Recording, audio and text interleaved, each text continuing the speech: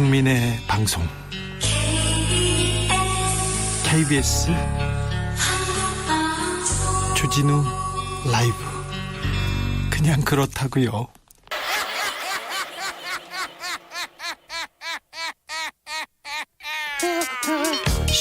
발로 뛰는 기자, 탐구하는 기자, 세상의 질문을 마구 던지는 기자, 기자가 본 오늘의 세상, 기자들의 수다.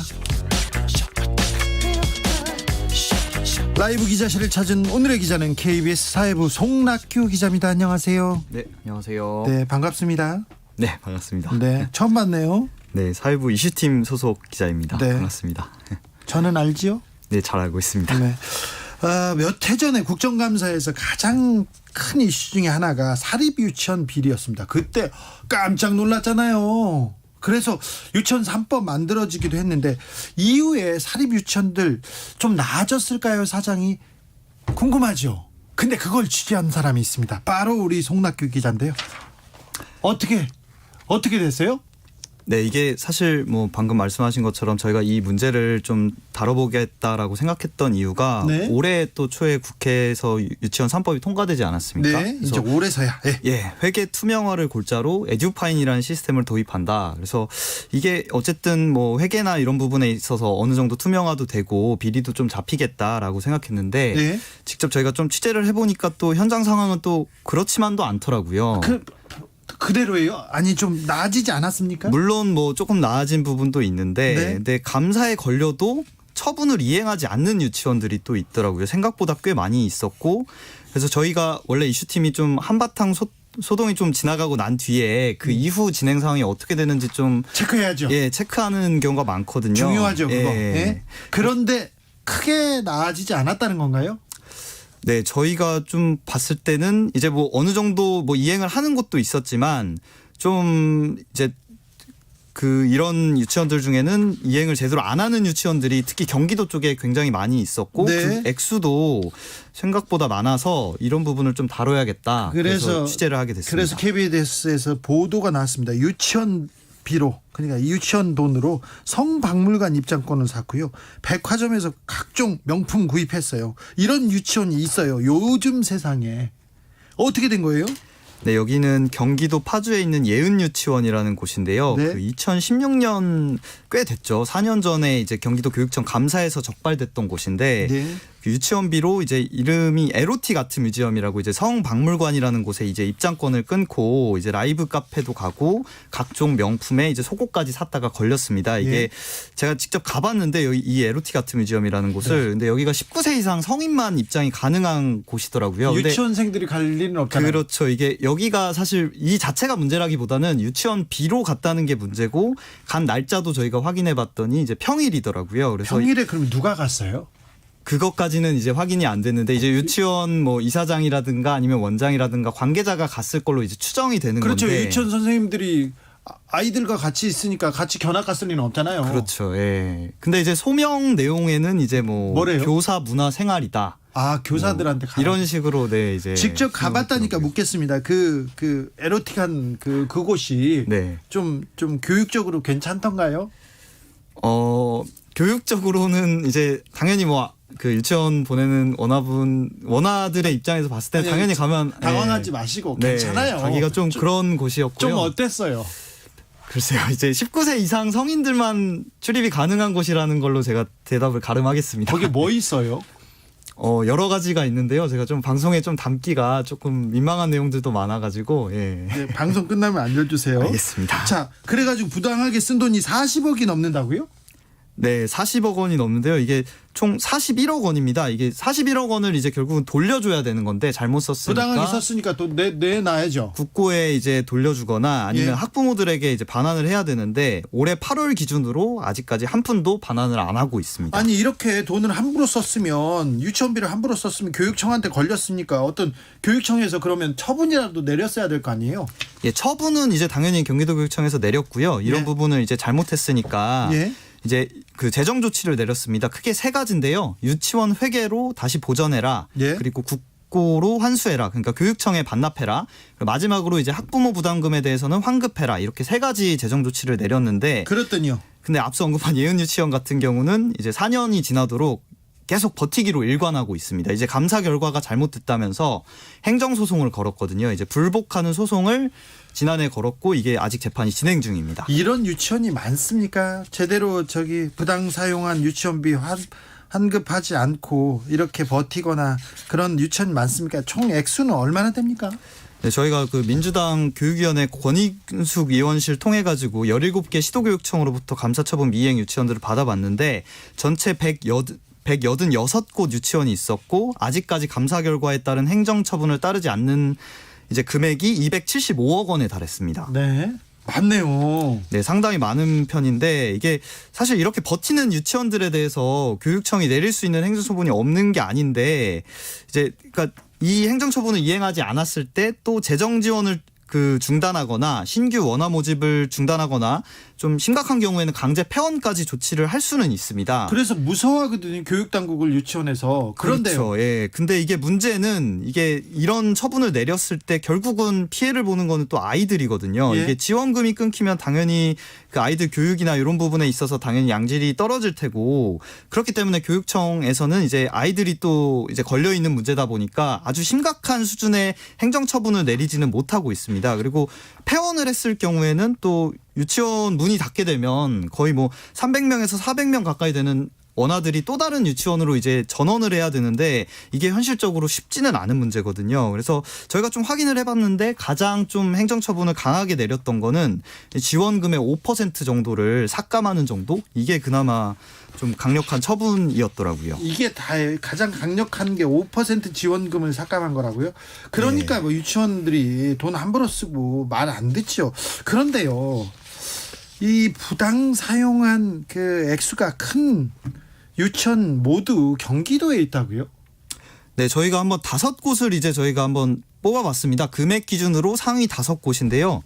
먼저 일단 파주 예은유치원 아까 말씀드렸는데 41억 원으로 1위를 기록했습니다. 네. 유치원 돈으로 명품 쇼핑하고 성박물관 가는 것 말고도 이사장 명의의 어학원과 거래했다고 해서 이제 올렸는데 회계장부에는 그런 내용이 없었고 증빙 자료가 전혀 없다거나 뭐 이런 허술한 내용들이 있었고 이걸 다 합쳐 보니까 41억 원에 달했고요. 이사장 누구예요? 이사장이 이제 광모 목사라고 경기도 성남에서 이제 소재한 이제 교회 목사입니다. 네. 왜 목사님들은 법을 좀 그리고 이런 규칙을 우습게 보는 경향이 있는지도 모르겠습니다. 아주 일부 목사님은 그렇습니다. 예, 뭐 다 그런 건 아니에요. 2위는요. 2위. 예, 2위는 이제 수원에 있는 숲속 반디 유치원이라는 곳이 있었는데 얼마? 21억 원이었고요. 예. 네, 3위 시흥 궁전 유치원은 12억 원을 이제 부당하게 썼다가 적발됐는데, 네. 근데 이 두 곳이 이제 좀 특수관계로 의심되는 곳이더라고요. 이제 교육청 공무원 통해서 저희가 취재를 해보니까 원장이나 뭐 이사장이요? 이 두 원장이 이제 의심이 되는 관계인데 이제 특수관계 친인척 관계로 의심은 되는데 이제 정확하게 이제 수사기관이 밝힌 건 아니기 때문에 이 두 유치원이 이제 각각의 이제 유치원에서 남편이나 친척 명의로 교구제 업체를 여러 개를 차려놓고 서로의 유치원에 이제 상대방 유치원의 교구와 교재를 납품한 것처럼 이렇게 해놨더라고요. 근데 감사를 해보니까 모두 실체가 없는 이제 곳들이었던 거죠. 이거를 뭐 전문 용어로 가장거래라고 하는데 쉽게 풀면은 이제 그런 거래가 있었다라고 했는데 실제로는 거래가 없었던 곳들이라고 보시면 됩니다. 가장거래 사기죠, 그냥. 그렇죠. 그러니까 거짓 지금 전표를 만들어 놓고 돈을 빼갔다는 거 아닙니까? 맞습니다. 자, 네. 4위로 넘어가 봅시다. 네, 4위는 이제 경기도 고양에 있는 이튼 유치원인데 이튼 유치원. 네, 금액은 10억 원 정도를 부당하게 쓴 걸로 적발됐는데요. 어디다 썼대요? 어디다? 쓴 거는 이제 벤츠 리스, 이제 원장 명의 차량에 이제 벤츠 리스를 하는데 이제 돈을 썼고, 원장님이? 예. 그리고 근무도 하지 않은 이제 원장 친척에게 급여를 줬다가 감사에 적발됐습니다. 요거 많아요. 원장, 이사장 친척한테 네. 친척한테 급여 주고 그냥 선생님 이름으로 올려놓고. 자, 5위로 갈까요? 5위는 파주의 예일 유치원인데요. 여기는 아까 말씀드렸던 1위 예은 유치원과 설립자가 같습니다. 아까 말씀드렸던 광 목사님. 네, 광모 목사가 이사장으로 있는 곳이고요. 역시 유치원비로 고급 명품 양복을 사거나 이제 유흥업소나 이런 노래방 등을 갔다가 감사에 적발됐습니다. 이거 뭐 잘못됐잖아요. 잘못했는데 정부에서 이게 좀 관리 감독 기능이 있지 않습니까? 그런데 이거 유치원 학생들 학부모들 돈이잖아요. 이거 어떻게 좀 반환받을 길이 없을까요?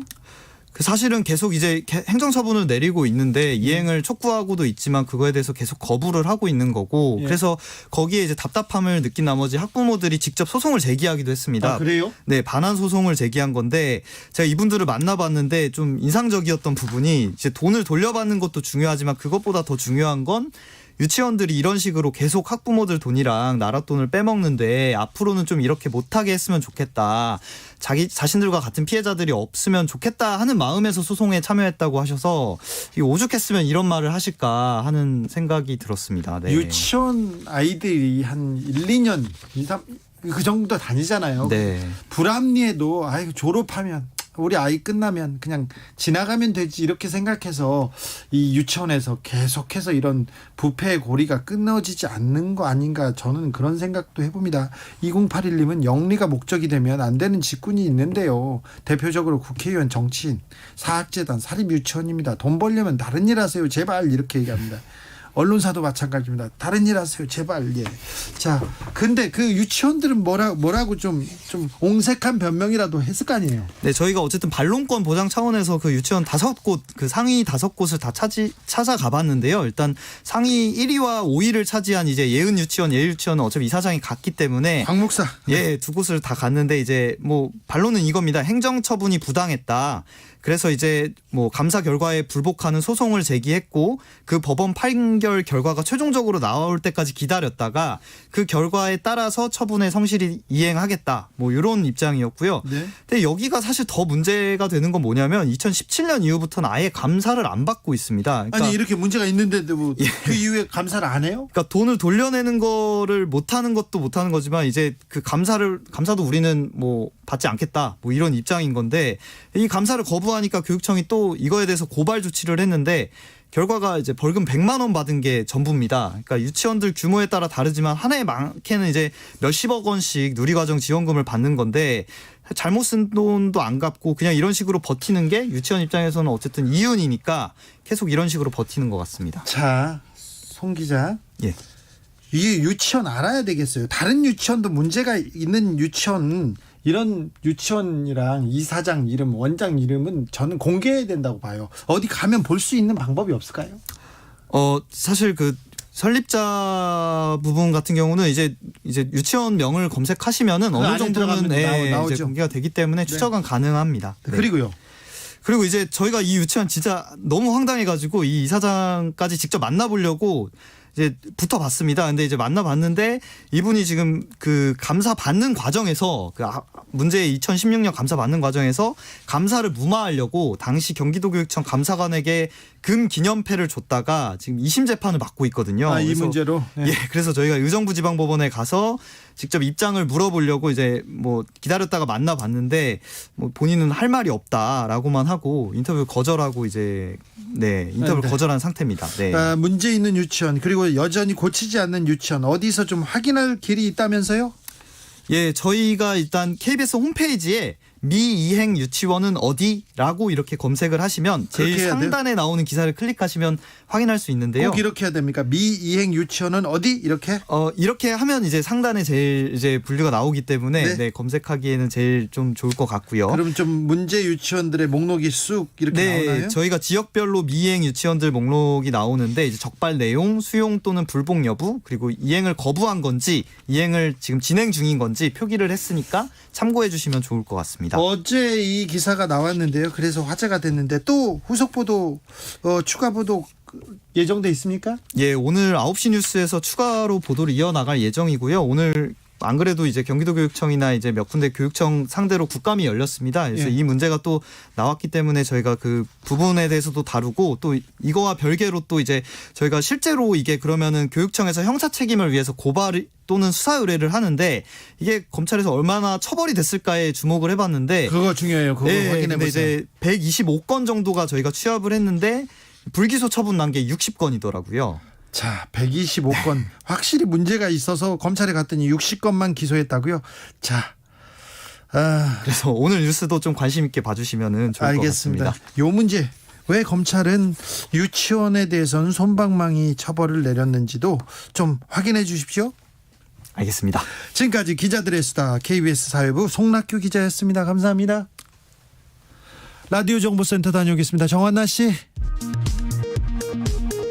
코스피가 전날보다 19.27포인트 내린 2361.21의 장을 마치며 3일 연속 하락했습니다.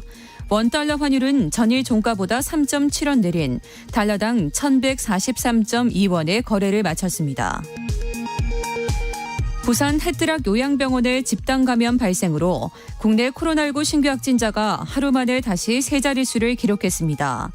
어제 코로나19 확진자는 110명으로 국내 발생 95명, 해외 유입 15명입니다. 지역별로 보면 요양병원 내 집단 감염이 발생한 부산이 54명으로 가장 많은 신규 확진자가 나왔습니다. 정세균 국무총리는 수소 분야는 아직 확실한 선두주자가 없어 우리도 충분히 퍼스트 무버가 될 수 있다며 내년 수소 모빌리티, 수소 공급 인프라, 수소 핵심 기술 개발, 수소 시범 도시 등에 약 8천억 원 규모의 예산을 지원할 계획이라고 밝혔습니다. 이른바 검언유착 의혹으로 수사를 받고 있는 한동훈 검사장이 국회 국정감사에 출석하겠다고 밝힌 것을 두고 국회 국감장에서 증인 채택 공방이 이어졌습니다. 글로벌 신용평가사 S&P는 최근 한국 정부가 마련한 재정 준칙이 국가 신용 등급에 직접적인 영향을 주지는 않을 것이라고 밝혔습니다.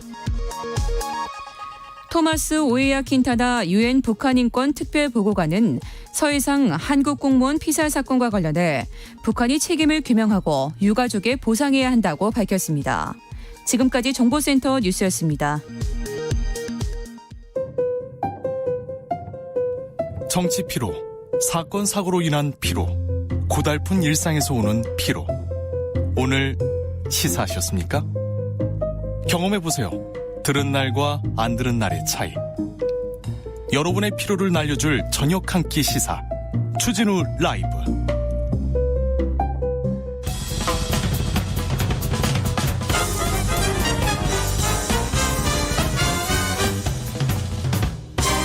훅 인터뷰. 모두를 위한, 모두를 향한, 모두의 궁금증 훅 인터뷰. 6년 전이었습니다. MTM이라고 들어보신 적 있는지. 그분이 큰 학교를 차렸다고 하는데, 그래서 빌딩도 지었다는데 결국 국회의원 3명이 구속됐습니다. 입법 로비 사건이었는데요.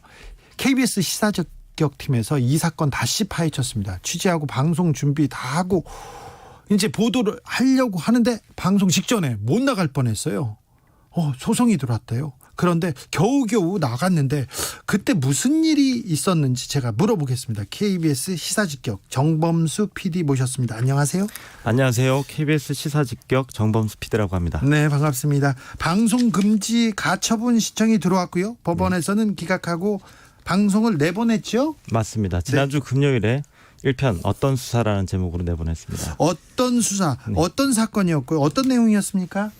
네, 이 사건은 2014년에 일어났습니다. 네. 아까 잠시 언급하시기도 했던 MTM이라는 예전에 연기 학원을 운영했던 김민성 이사장이 이제 학교를 하나 운영하게 되었습니다. 그렇죠. 연예인을 키우는 그런 학원, 작은 학원이었는데요. 나중에 큰 학교를 운영한다고 했어요. 네.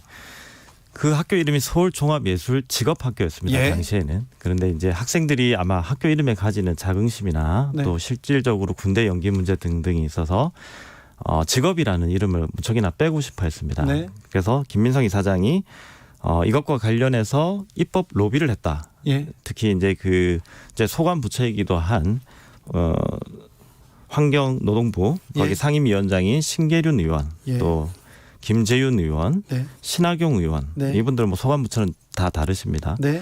어쨌든 이분들에게 각각 수천만 원씩 줬다고 예, 얘기를 예, 했고 예. 신계륜, 김재윤 의원 예, 등은 당시 야당 의원이었는데 감옥에 갔죠. 네, 모두 실형을 받았습니다. 네.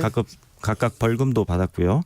뭐 신계륜 의원 같은 경우에는 원래 5,500만 원인데 나중에 재판 과정에서는 1,500만 원 정도만 유죄로 인정이 됐습니다. 네. 예. 그런데요.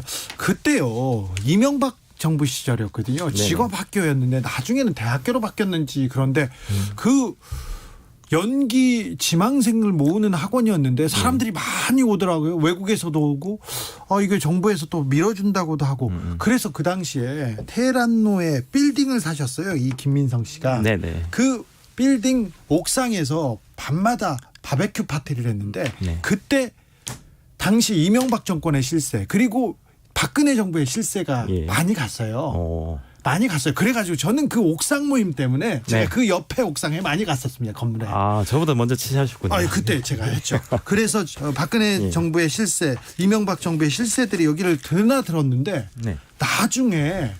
나중에 검찰이 수사를 시작했어요. 오, 김민성 걸렸다. 나 네네. 누구누구 나온다. 이렇게 생각했는데 네.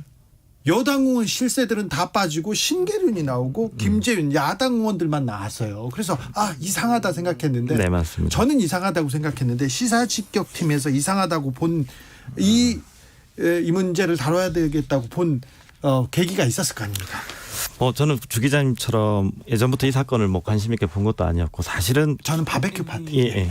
그 정원 이름은 옥상 정원, 하늘 정원이라는 네, 맞습니다. 정원입니다. 굉장히 그 사건에 많이 등장하는 곳이기도 예. 하고요. 예.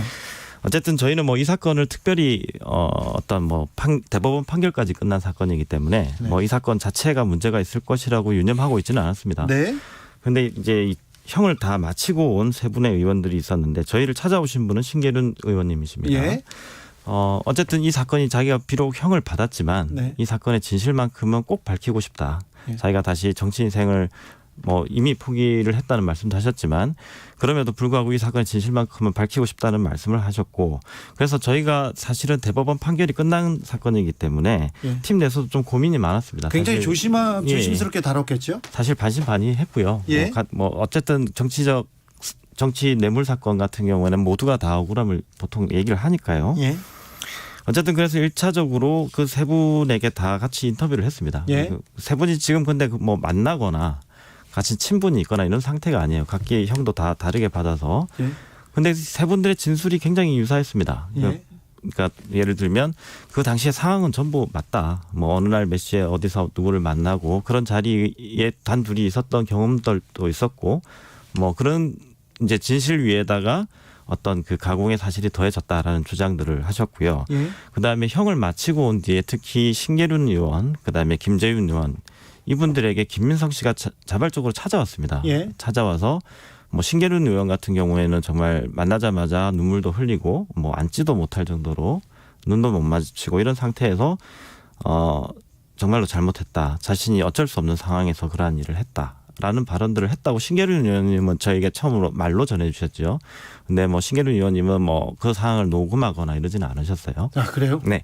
근데 김재윤 의원을 만났는데 김재윤 의원은 이제 이게 혹시나 이제 자신의 진실을 밝히는데 혹시나 도움이 되지 않을까. 예. 그래서 이제 뭐 녹음을 하셨던 모양입니다. 그래요? 예.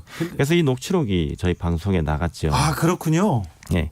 근데 뭐 김민성 이사장이 그 신계륜 의원 만났을 때도 그렇고 김재윤 의원을 만났을 때도 그렇고 구체적으로 어떤 것을 나에게 잘못했느냐, 심지어 진실을 말하라는 얘기에도 그 얘기에 끝내 답은 하지 않습니다. 네. 예를 들어 자기가 어쩔 수 없는 상황 속에서 위증을 했다 이렇게 구체적으로 얘기하지는 않지만 그 굉장히 의미심장한 말들은 많이 합니다. 어떤 말이 나왔습니까? 아까도 말씀드렸듯이 그 당시 상황에서는 어쩔 수 없었다. 예. 그다음에 짜 맞춰진 틀에서 예. 이런 말도 하고요. 평생 죄인으로 살 수밖에 없다. 그리고 정치라는 것이 참 무서웠다. 이런 얘기 등등을 합니다. 사실 근데 이것이 정확하게 무엇을 뜻하는지 이런 것들은 뭐 단정하기는 어렵죠. 그래서 예. 어쨌든 저희가 취재를 들어가는데 네. 이런 그 정황적인 이야기들, 그다음에 이런 녹취들, 그다음에 당시 이제 대법까지 났으니까 그 판결에 대해서 존중은 가지고 있습니다만 네. 그 당시 재판에서 다루어지지 않았던 뭐 다른 이제 정황 증거들, 그다음에 저희 방송에서도 일부 나가기도 했습니다. 그리고 새로운 증언자들, 예. 그다음에 혹은 그 당시에도 이미 진술을 했지만 논의 단계에서부터 배척됐던 사람들, 네. 뭐 그런 사람들 등등을 만나면서 저희가 이 사건을 다시 한번 해봐야 되겠다. 예. 그렇게 생각했죠. 연예인을 꿈꾸는 사람들한테 그 연기를 가르쳐주는 학원을 하던 분이셨어요. 네, 맞습니다. 여의도에서 조그맣게 하다가 테헤란로에 갔는데 아마 테헤란로에 엄청나게 큰 빌딩을 2채 가지고 계신 걸로. 저희가 알기로는 조금 더 있는데 제가 더 정확하게 있죠. 채수까지는 모르겠지만 네. 2채 이상이 있습니다. 예. 그리고 그러니까 언제부턴가 어떤 이유인지 엄청난 부를 쌓으셨어요. 근데 그때 교분이 있는 사람들은 다 국민의힘 쪽이었죠. 그때 여당인 이명박 대통령 측근, 박근혜 대통령 측근이었습니다. 그런데 그 김민성 이사장 학교에서 문제가 발생하자 검찰이 수사가 시작됩니다. 그리고 김민성 이사장을 부르고 압수수색이 시작됐습니다. 그리고 나중에는요. 그런데 검찰이 수사를 다 해서 정관계 로비를 한다고 했는데 나중에 보니까 입법 로비 사건으로 이 신계륜, 김재윤만 이렇게 전환됐어요. 그러니까 이게 몸통은 사라지고 다른 건로 별건으로 이렇게 수사를 마친 거 아니냐는 의혹을 저도 그때 가지고 있었는데 네네. 검찰 수사가 조금 이상했어요. 이상하지 않았습니까? 저희가 방송에서도 다루었는데 어쨌든 그 언론에 이제 브리핑된 자료들이나 저희가 이제 확인할 수 있는 자료들은 어쨌든 판결문이나 진술서 등등에서 발췌해서 인용할 수밖에 없는데 당시 수사는 2014년 6월 16일 날 교비 횡령 혐의를 받던 뭐 아까 말씀하신 대로라면 벌써 몇 년 전부터 계속 이제 그 교비 횡령 사건은 알려져 있었던 건이기도 하고요. 어쨌든 6월 16일 날 교비 횡령 사건이 있었기 때문에 압수수색을 받습니다. 그래서 이 압수수색에서 나온 게 3억 여원의 현금 및 상품권이었고요. 그리고 그곳에서 함께 발견된 게 입법을 요구하는 메일. 주로 이제 신계륜 의원이나 이런 쪽의 보좌관들과 주고받은 메일 등등이 있었습니다. 입법안, 뭐 가안 같은 게 있었겠죠. 그래서 이 현금과 입법안이 있으니까 입법 로비를 한 것이 아니냐라는 추궁 끝에 김민성 전 이사장이 어쩔 수 없이 내가 대답을 했다. 원래는 교비횡령 수사를 하고 있었지만 그래서 내가 갑자기 7월 7일에 국회의원들 3명을 진술을 하게 됩니다. 그래서 저희가 이제 어쨌든 방송에서 가장 크게 다루었던 것은 이 진술의 신빙성에 대한 것이었습니다. 이 진술의 신빙성이 정말 본인의 양심에 의해서 어떤 그 교비 횡령 사건에서 나온 이 단서들 때문에 어쩔 수 없이 털어놓은 것인지 아니면 그 이면에 이미 뭔가 검찰에서 이미 진행하고 있던 정치적 사건 이미 진행되고 있던 정치인들에 대한 수사 사건의 어떤 그런 미리 확보된 증거들을 가지고 이 진술을 얻어낸 것이 아닌가 그런 의혹을 제기했습니다. 그것은 뭐 저희가 단정하기는 어렵고요. 그러면 이 진술은 앞에 진술이랑 뒤에 진술은 많이 다르게 되는 거죠. 그러니까 앞에 진술은 자신이 어떤 그 실제로 뭐 이 자연스러운 수사 과정에서 교비횡령 수사 과정에서 검찰이 확보한 증거를 가지고 원래 표적 수사를 하던 것이 아닌 것이 이렇게 드러나게 되는 것이고 하나는 이미 진행되던 사건이 있었는데 거기에 김민성 이사장이라는 사람이 이 사람이 굉장히 아까도 말씀하셨듯이 약점을 많이 가지고 있지 않습니까? 이런 부분을 활용해서 받아낸 진술일 수도 있다. 이런 의혹을 제기한 것이죠. 시사직격 메이드인 중앙지검. 자, 검찰에 가서 이 사건의 본질이 좀 바뀌지 않았을까 하고 그때 무슨 일이 있었는지 검찰 수사를 따라가는 그리고 그 증언을 따라가는 그런 보도였어요. 그런데 이걸 가처분 신청 못 틀게 했습니까? 누가 그랬어요? 검찰에서 그랬습니까? 그러니까 저희가 처음 이 김민성 이사장을 처음에는 저희가 이제 굉장히 많은 말씀을 저희가 이제 정성을 들여서 설득을 좀 해보려고 했습니다. 김민성 이사장을? 뭐 진실을 알고 있을 뿐이라고 생각이 되기 때문에 그런데 그게 6월 말이었습니다. 6월 말이었는데 그 뒤로 그때 저희가 한 2분여 정도 마주쳤었는데 그때 당시 하신 말씀은 너무나 많은 사람들이 엮여 있고 뭐 PD님도 아시다시피 제가 이 상황에서 어떠한 말도 할 수 없고 뭐 등등의 뭐 말씀을 좀 비추시다가 전화를 주겠다라고 말씀을 하셨는데 그 뒤로는 뭐 어쨌든 종적을 감추셨어요. 연락이 안 되고 방송 금지 가처분 신청을 했습니까? 그게 한 3개월 좀 됐죠. 근데 방송을 3일 앞두고 3일 앞두고죠. 제가 10월 9일에 방송이 됐으니까 6일 날 이제 가처분 신청이 들어왔고 그때서 이제 입장을 밝히시는 셈이 됐습니다. 어쨌든 저희가 가지고 있는 질문에 대해서 전면 부인을 하고 계시긴 합니다. 검찰이 왜 그랬을까요? 왜 그 본질을 놔두고 다른 수사를 했을까요? 그런데 따라가다 보면 블랙리스트 사건과도 연결된다고 신계륜 전 의원은 주장하고 있죠? 이건 신계륜 의원께서 이제 저희가 질문을 드렸죠. 그렇다면 이런 기획 수사라면 왜 당시에 본인께서 블랙리스트가 되신 것인가? 저기 표적의 대상이 되신 것인가? 라고 했을 때 몇 가지 이제 예를 들어주신 것 중에 하나가 이 블랙리스트 사건.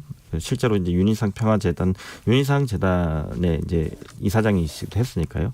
문화예술계 블랙리스트였기 때문이기도 하고 자신이 이제 노무현 전 대통령 예, 비서실장도 경선 했죠. 캠프에서 비서실장을 한 예. 경험 등을 뭐 이렇게 추론을 하셨습니다. 예. 네. 자, 메이드인 중앙지검. 그런데 0756님 질문입니다. 그 당시 검사가 누구였어요? 뭐 저희 방송에 이미 나온 내용이기도 해서요. 예. 지금 현재는 세월호 특수수사단 단장을 맡고 있는 임관혁 검사. 네, 맞습니다. 네. 주임 검사라고 하죠, 보통. 네. 부장이고요. 왜 지금 이 방송을 해야 되겠다 이렇게 생각하시고 메이드인 중앙지검을 만드셨습니까? 그렇게 또 이걸 가지고 또 의혹의 시선을 가지고 있는 사람도 있습니다. 글쎄요. 뭐 어떤 특별한 뭐 네. 시기적인 이유라기보다는요. 네. 이건 뭐 방송을 하는 저널리스트라면 누구나 생각을 하겠지만 네. 기본적으로는 이 자체는 굉장히 인권의 문제라고 생각을 합니다. 예. 누구나 본인이 가지고 있는 불리한 상황을 이용해서 수사기관에서 원치 않는 증언을 하게 하거나 예. 혹은 심지어는 허위 증언을 만들어낸다면 네. 또 그렇게 얻어낸 진술이 예. 결국 우리 사회에서는 논란만 만들어내지 않겠습니까? 네. 신뢰를 얻지 못할 것이고요. 검찰 수사가 좀 그런 측면이 있었습니다. 그때 좀 예. 의아했어요. 저는요 굉장히 의아했어요. 그때 그 테헤란로 그 빌딩에서 하늘정원에서 많은 일이 있었거든요. 거기 드나드는 사람들이 굉장히 많았는데 그 사람들은 하나도 안 나오고 다른 사람만 나온다. 왜 그랬을까요, 검사님? 자, 이거 메이드인 중앙지검 편이 1편은 방영이 됐죠? 네, 2편 속편이 나옵니까? 네, 안 그래도 지금 뭐 한창 제작 중에 올라왔는데요. 네. 내일 2편이 나가게 됩니다. 제목은 2개의 비망록입니다. 2개의 비망록이요. 메이드인 중앙지검 2개의 비망록. 내일 2편이 방송된다고 합니다. 네, 기대가 됩니다. 지금까지 시사 직격의 정범수 PD였습니다. 감사합니다. 감사합니다. 교통정보센터 다녀오겠습니다. 김한나 씨. 네, 이 시각 교통정보입니다. 퇴근길 안전운전 하셔야겠는데요. 지금 서해안고속도로 서울 쪽으로 서평택 분기점 부근에서 화성휴게소 부근 12km 길게 정체고요. 이후로 매송휴게소 부근에서 용담터널까지 5km, 또 서서울 요금소에서 조남분기점 2km 밀리다가 다시 일찍에서 금천 사이에서 속도 떨어집니다.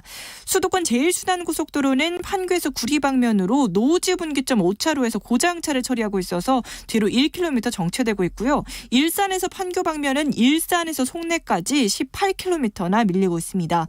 영동고속도로는 인천 방면으로 밀리고 있는데 마성터널 부근에서 신갈분기점까지와 동수원 부근에서 동군포까지 12km 정체되고 있고요. 또 둔대분기점 부근과 군자분기점에서 서창 부근에 차가 많습니다.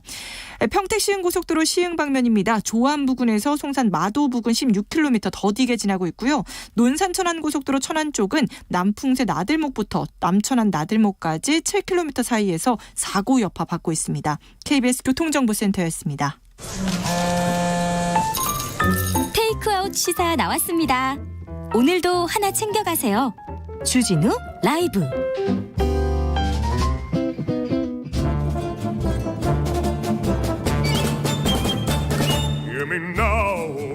여기도 뉴스 저기도 뉴스 빡빡한 시사 뉴스 속에서 가슴이 답답할 때 뇌에 휴식을 드리는 시간입니다. 한 주에 한 권 맛있는 책을 만난다.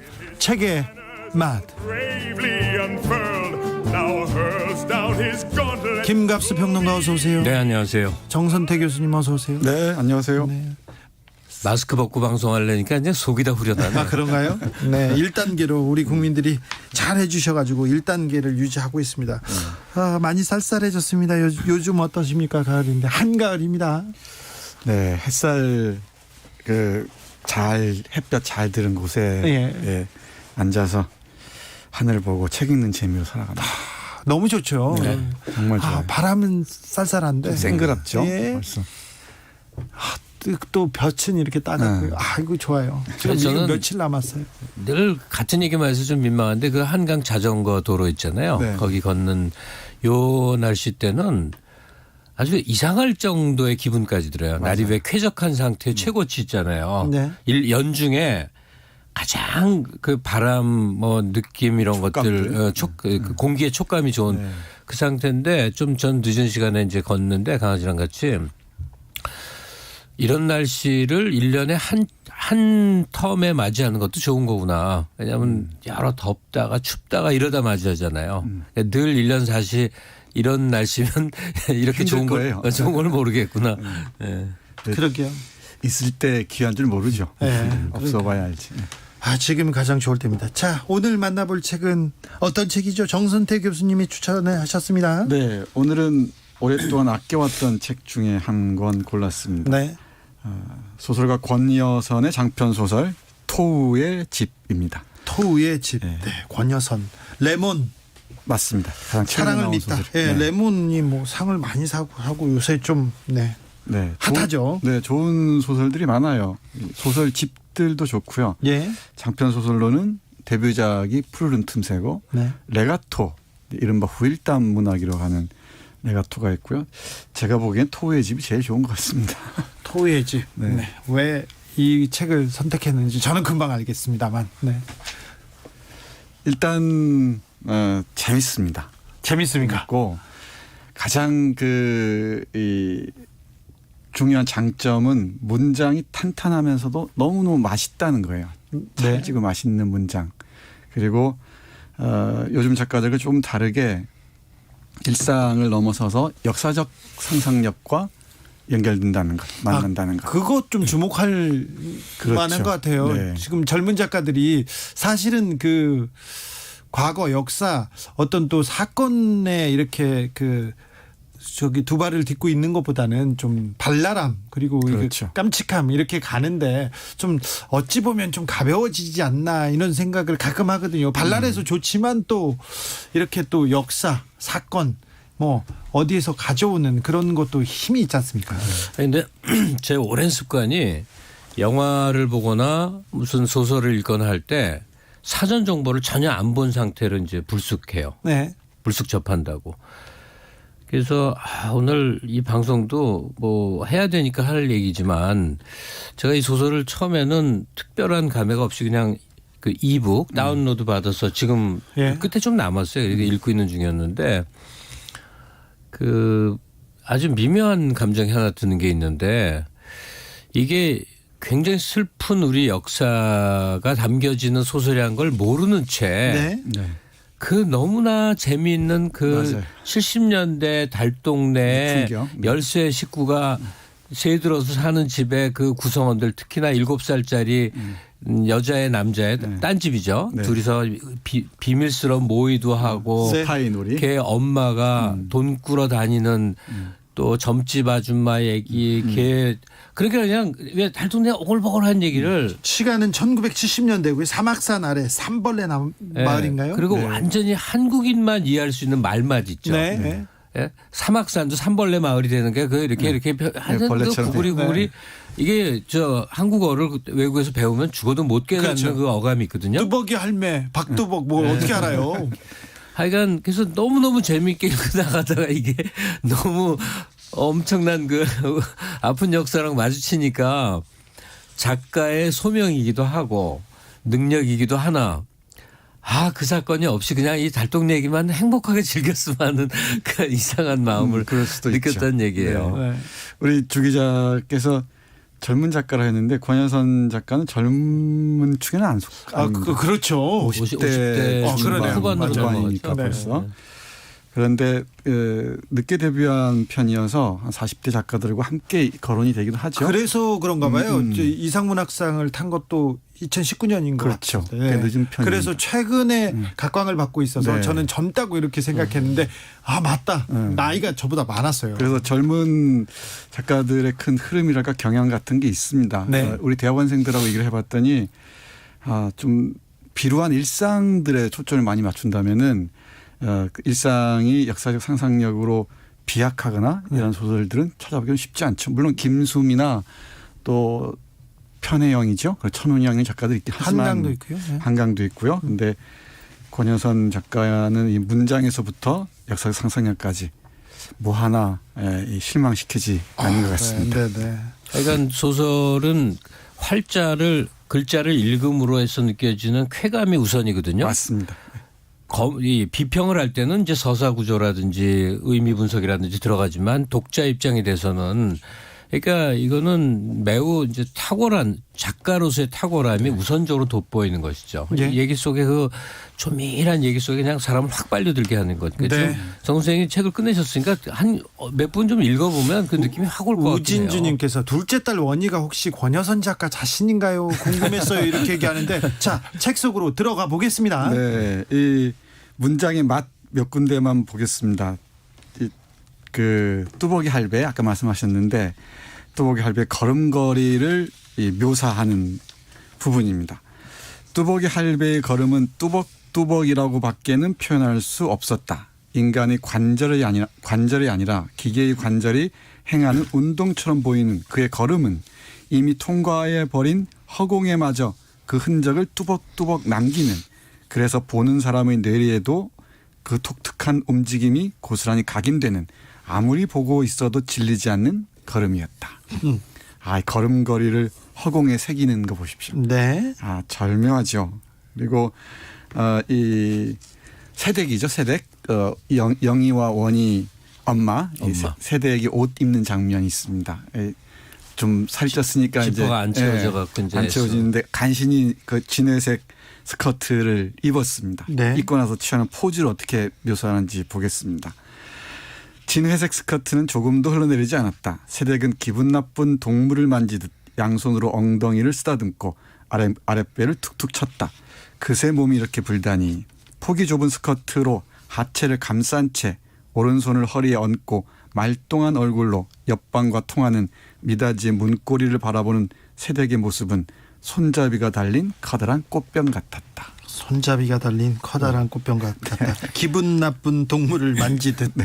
그러니까 아이의 시선으로 서사를 풀어나가는 것은 사실 소설의 오래된 기법이에요. 그렇죠. 이건 익숙한 수법이긴 한데 이거는 7살짜리라는 게 갖는 세상을 처음 아는 것의 신기함과 그 신기한 시선 속에 세상이 이제 익숙한 게 새롭게 보이는 그 과정을 얼마나 실감나게 보여주느냐 하는 거예요.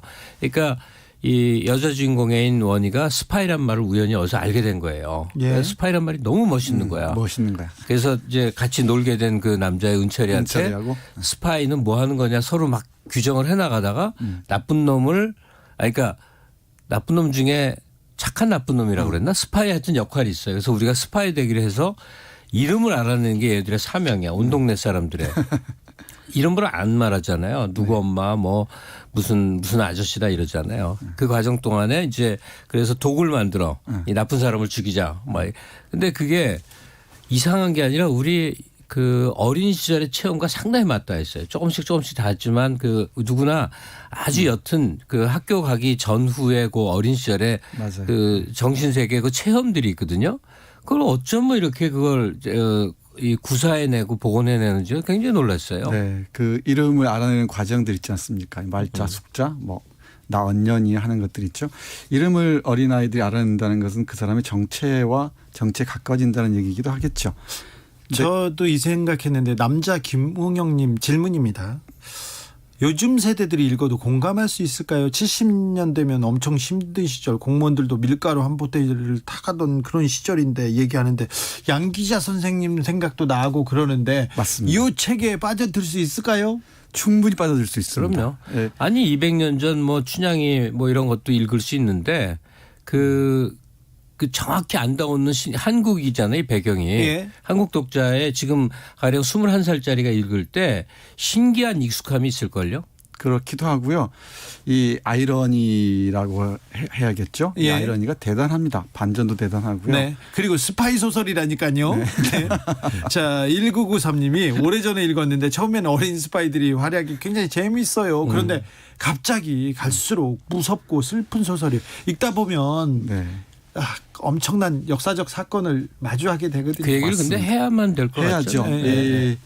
이 소설이 인혁당 사건을 배경에 인혁당 재건위. 두고 있습니다. 네. 정확히 말씀드리면 인혁당 재건위 사건 1974년이죠. 네. 그때 도혜종을 비롯한 8명이 사형 선고를 받고 다음 날인가 바로 처형이 되는. 사형. 네. 그리고 2002년인가 무죄가 확정되죠. 네. 그 정말 야만의 시대, 국가폭력에 의해서 처형당한 정말 비극적인 사건을 배경으로 하고 있는데 그 사건의 내용을 거의 드러내지 않아요. 네. 이 아이 눈에는 안바바와 5명의 도둑 이런 챕터가 하나 있는데 자기 아버지 안덕규라는 사람이 안바바고 거기 찾아온 노인들 뭐 육식 이런 사람들이 이제 그 도둑놈처럼 나오는데 그 사람들이 뭔가 뭐 반국가적인 것을 한 것처럼 보이죠. 예. 그러니까 식모가 도둑갱이라고 표현을 하니까 그렇죠. 그 말을 도둑이라고 이해했고 그래서 이상하게 왔다 갔다 하는 아저씨들이 알리바바와 5도둑이라고 이제 꼬마는 이해를 한 거죠. 이름을 짓는 거죠. 근데 어느 날 회색 그 양복을 입은 안기부 직원이겠죠. 직원에게 아버지가 끌려가서 비참한 모습으로 주검이 되어 돌아옵니다. 그러니까 이 인혁당 사건을 웬만하면 다 아시겠지만 하여간 그 당시 뭐 그 후로도 그랬지만 이 국가 폭력이라는 거죠. 그러니까 사회를 꽉 그러니까 노동계를 잡아야겠다. 학생운동하는 조짐을 막아야겠다 할 때 사건을 하나 만들어서 빵 간첩단 사건 같은 거를 잡아놓으면 다들 찔끔하고 이제 고개 숙이는 그런 분위기가 있으니까. 1970년대 80년대는요. 여당 정부 여당이 좀 곤란한 일이 생기지 않습니까? 사건을 만드는 거예요. 대형 간첩단 사건이 터집니다. 근데 이거는 대표적인 인혁당 사건도 대표적인 간첩 건데 사건이죠. 잡아다가 그냥 하루 만에 죽여버린 거예요. 네. 그 몇 명이었더라? 그 8명이 바로 그냥 죽여버렸어요. 그리고 우리는 그게 이제 역사 속에 남은 사건이지만 가령 그 가족들의 이후의 삶은 어떻겠는가. 그렇죠. 이걸 이 소설에서 아주 뼈저리게 그려내고 있는 거죠. 네. 가족들도 그렇고 주위 특히 이제 마을 사람들도 그렇고요. 근데 빨갱이란 말 나오자마자 마을 사람들이 뿔뿔이 흩어지게 되죠. 예. 가족은 말할 것도 없습니다. 특히 세대의 이 상황을 보면은 정말 가슴이 저릿저릿합니다. 그 죽어온 그 남편을 본 세대기 이런 말을 하죠. 그이가 어떻게 죽었는지 알까요? 죽을 때까지 어떻게 견뎠는지 누가 알까요? 그의 몸이 성한 데가 없어요. 머리, 가슴, 팔다리, 손발 어디 하나. 어떻게든 구명운동을 하려고 했었거든요. 예. 근데 그게 안 되고 그게 받아들여지지 않고 주검이 돼 돌아오죠. 그러니까 물어요. 그 주인집 순분이 아주머니죠. 아주머니가 묻습니다. 이제 그만 둬라. 그 애들을 봐서라도. 그러니까 세대기 말하죠. 무서운데 멈출 수가 없어요. 저놈들이 멈추지 않으면 우리도 멈출 수가 없어요. 라고 하면서 끝까지 싸우겠다고 하는 장면들이 아무렇지도 않게 발화가 돼요. 그래서 더 슬프고 고통스럽습니다. 그러니까 이념 소설로 절대로 접근하지 않았어요. 그렇습니다. 그냥 우리 문예물 전통적으로 재밌는 소설인데 어느 대목부터 우리가 알고 있는 사건으로 연상이 되는데 저는 어떤 생각이 들었었냐면 우리 학교 때는 자기가 모르는 사람도 이렇게 그런 식의 그 이제 정치 재판 있으면 괜히 가고 그랬거든요. 그러면 항상 제일 궁금했던 게 그 판사예요. 언도를 내리는 판사도 상식을 가졌으면 이게 그냥 아무나 무작위로 막 엮어 넣은 걸 뻔히 알겠는데 고문 당한 것도 다 알잖아요. 네, 징역 3년씩 때립니다. 23살짜리를 감방에다 3년씩 쳐놔 아무 잘못이 없는 사람을 뻔히 아는데 근데 심지어는 8명을 죽여요. 죽인다고. 그 판결을 내린 판사들이 있을 거 아닙니까? 야, 기가 막힌 일인데 그게 우리가 현실에서 다 겪어온 일들 아닙니까? 네. 그리고 그 가족들, 그 자녀들, 남아있는 사람들 그 시대를 이렇게 우리가 지금 살고 있는 거죠. 가장 어둡고 잔인한 사법살인 사건으로 기록되죠. 기록되고 있죠. 근데 그 야만의 시절을 그리워하는 사람도 있긴 있는 모양입니다. 아, 그렇게. 네. 이 소설의 제목이 토우의 집이잖아요. 토우가 흑 인형입니다. 네. 근데 이 세대에게 두 딸 영희와 원의 동생이 흰데 이게 인형입니다. 인형. 인형을 사람처럼 대하는 거예요. 근데 나중에 이 인형을 사람들이 닮아가죠. 이 가족도 그렇고 그 문장이 이렇게 문장을 보면 이렇습니다. 씻지도 먹지도 않는 무의와 무기력의 나날이 계속되었다. 세댁은 마음의 고를 솎아낸 듯 빠르게 늙어갔다. 마음의 고를 솎아낸 듯 빠르게 늙어갔답니다. 어머니의 얼굴이 진흙덩어리처럼 뭉개지는 걸 원은 시시각각 느낄 수 있었다. 그리고 엄마뿐만 아니고 원이도 그래요. 그 정말 순진무구한 아이도 말을 안 하는 애가 되는 원에게 거죠. 사라진 것은 말뿐이 아니었다. 표정과 몸짓도 증발되었다. 원의 원은 생기 없는 얼굴로 느리고 뻣뻣한 동작을 했는데 그것은 동생 희의 모습과 놀랍도록 흡사했다. 이 동생이가 인형입니다. 근데 우리가 지금 이게 잘하고 있는 일인지 모르겠는 게 지금 이렇게 무겁고 슬픈 얘기를 해버리면 누가 요즘 분위기에서 그 무거운 얘기 싫어하거든. 근데 사실은 엄청나게 유쾌하게 재밌게 한 반 가까이 흘러가는데 그게 지금 사실 어떻게 말해야 될지 모르겠어요. 우리 가끔씩 무거운 얘기도 읽어야죠. 드라마 보다 보면 웃다가 울다가 뭐 그런 거 있잖아요. 네. 지금 이게 딱 그런 건데 읽는 과정 자체는 절대 그렇게 아주 즐겁습니다. 네, 힘든 게 아니라는 거. 네. 힘들어요. 네, 훌륭한 소설을 뭐 판단하는 기준이 여러 가지 있을 텐데 네. 저는 독자들의 기대를 가장 절묘하게 배반하는 소설이 뛰어나다고 생각해요. 자, 그렇게 반전이죠, 또 반전. 비극 이렇게 힘든 소설이 훨씬 또 가슴에 남아요. 그렇습니다. 그러니까요. 네. 네. 아, 저는 저 인혁당 가족들하고 친분이 오래 있어가지고요. 아, 그렇구나. 네, 취재하면서 그래가지고 중간 읽다가 너무 힘들었어요. 그런데 아무튼 엄청 훌륭한 소설이었습니다. 아하님이 국가 폭력과 마을 이웃에서의 고립과 수군거림, 이중 폭력 얘기하는데 그러게요. 남겨진 가족들은 더 괴로워하면 살지 않습니까? 자, 다음 소설. 다음 주? 네, 권여선의 토우의 집은 여기까지 읽고요. 다음 책은 어떤 책으로 다음 정하셨습니까? 시간에는 존 버거의 소설 킹 준비하고 있습니다. 뭐 바뀔지 모르겠습니다만은 킹은 개 이름입니다. 개 눈에 비친 노숙자의 모습, 도시의 어두운 풍경. 네. 아주 재밌습니다. 제 추천서는 언제쯤 할까요? 이덕일의 한국통사. 그거 공부하고 있다가 하자니까요. 네, 좀 분량이 이건 맘먹고 읽어야 되니까. 자, 지금부터 2주째 예고합니다. 읽기 시작하십시오. 이덕일의 한국통사. 네. 자, 추천입니다.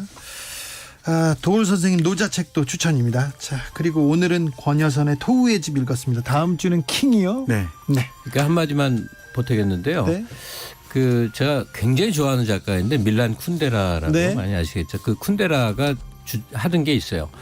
도저히 영상으로 옮길 수 없는 소설을 쓰겠다. 이게 글로만 읽어야만 느껴지는 세계가 있거든요. 네. 근데 결국 쿤데라 작품도 물론 영화로 만들어지긴 했는데 지금 우리가 감동의 세계를 맛보는 경로의 거의 80~90%가 영상이에요. 영화나 드라마입니다. 근데 오직 글자로 이루어지는 세계에서 온갖 희로애락의 감정이며 쾌락까지 그리고 슬픔까지 맛보는 체험을 하기에는 아주 뛰어난 글솜씨가 필요해요. 작가의 역량이라는 게 매우 중요하죠. 언제부턴가 신진 작가들이 스토리텔링, 이 엮는 능력이 중시돼 버리는 바람에 그 글맛을 놓치는 경우들을 많이 봅니다. 근데 권여선 작가, 오늘 토우의 집의 작가 같은 경우는 그런 한국어를 구사해서 사람에게 언어적 쾌감을 주는 절정의 한 작가라고 보시면 될 것 같아요. 중요한 미덕이죠. 책에만 김갑수 평론가님 그리고 정선태 교수님 오늘도 감사했습니다. 네. 고맙습니다. 김갑수 선생님 추천곡입니다. Fifth Dimension의 아쿠라 리우스 Let the Sunshine In 들으면서 주진우 라이브 마무리하겠습니다. 저는 내일 오후 5시 5분에 돌아옵니다. 지금까지 주진우였습니다.